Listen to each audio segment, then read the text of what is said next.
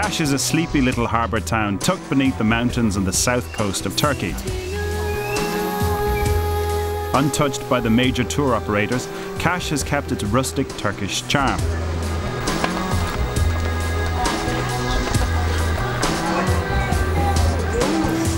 And this is exactly what drew expats Alison and Phil here over a decade ago.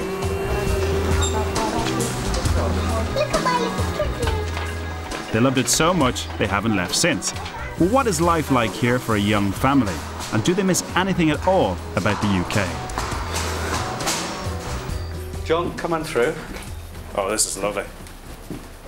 It's a playroom, obviously. Hello. Hello. This is M&A. Hello, M&A. And this is Jem. Jem, how are you? How are you? I always said hello to you. Well, hello to you too. Yeah. They're Turkish names, or? Yes, they're Turkish names. They're growing up in Turkey. They're at Turkish school, at least M&A is. So I decided they should have Turkish names. So this is where the kids really hang out. It's absolutely fantastic. Now, this is the kids' room. So do you want to show us around the rest of the house? Sure. So this is the lounge. It's so airy, isn't it? Are apartments in Turkey this big normally? Because it's huge. We like the space. I mean, living in the Med, you have a lot of family and friends visit, so we like the extra space. I'm sure you have a steady stream of people coming back and forth. You don't realise how much family and friends you have until you live out here. I can just imagine. Now that is a view. That is stunning.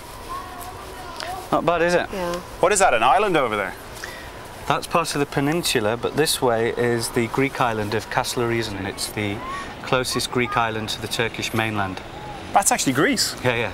The one thing that struck me when I walked to the balcony was the ocean. What is it about living beside the ocean? Well, if you opened the curtains every morning and looked out to that view, you would understand that. Yeah, I can't really argue with that. It is absolutely fantastic. Mind you, I will say, hot isn't the word. Yeah, it's getting hot. Do you want to head back inside to the air conditioning for a minute? Sure do. All right, ladies first. Thanks. To move here and actually live here is a big thing. What really attracted you? And I think really it was a combination of the beautiful scenery. They're very hospitable people. The Turks are lovely people, very warm, very welcoming. And we like the whole atmosphere of the place, especially Kaş. Kaş's always got a special charm for us. What about the UK? You obviously go back and forth. Did you have the children here or did you have the children in the UK? No, I had both children in the UK. I tend to have gone back to the UK for the month of August to enjoy the English summer with the children. Okay, let me get this right. You go to England for the summer? For our holidays, from here. yeah. To escape the heat. To escape the heat. Yeah, that's the difference really when you live here all the time, isn't it? To escape the actual searing heat. So the best time of the year here would be then probably the end of the summer, October. Our favourite month is October. Okay. And May. April and May are lovely times too. And can the kids speak Turkish? Of course. Yeah. Fluently or?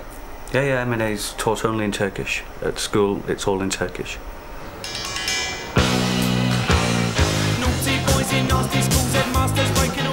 M&A first went to her Turkish school when she was 6 years old, and according to Phil and Alison, settled in straight away. They were keen for her to make friends with local children, and as she now speaks fluently, the schooling has quite clearly paid off, as I could see when she and a few of her classmates put me through my paces. So the Turkish word for hello is merhaba. No, yes, no, I don't like you anymore. M&A's not impressed. Back of the class again. So, okay, we're going to do it again. Are you ready? To cheer me up, I'm heading off to the office to meet up with Phil. He's a partner in an outdoor adventure company. We're one of the first dive schools in Kaş. We started up sea kayaking here. We were the first operators of canyoning. We also do paragliding, trekking, mountain biking.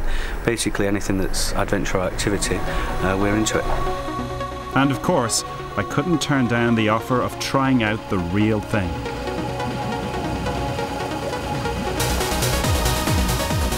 It's hard to know where to look when you're surrounded by such fantastic scenery. And to see some of the most amazing, you'll have to get wet. How difficult is it to set up a business in Turkey? When we did it, it was very difficult for foreigners to set up in business here. Why was that? You had to have a $65,000 bond. You had to have Turkish partners. But because Turkey's getting ready to integrate with the European Union, they've recently relaxed all those laws. So now a foreigner can own a business outright on their own.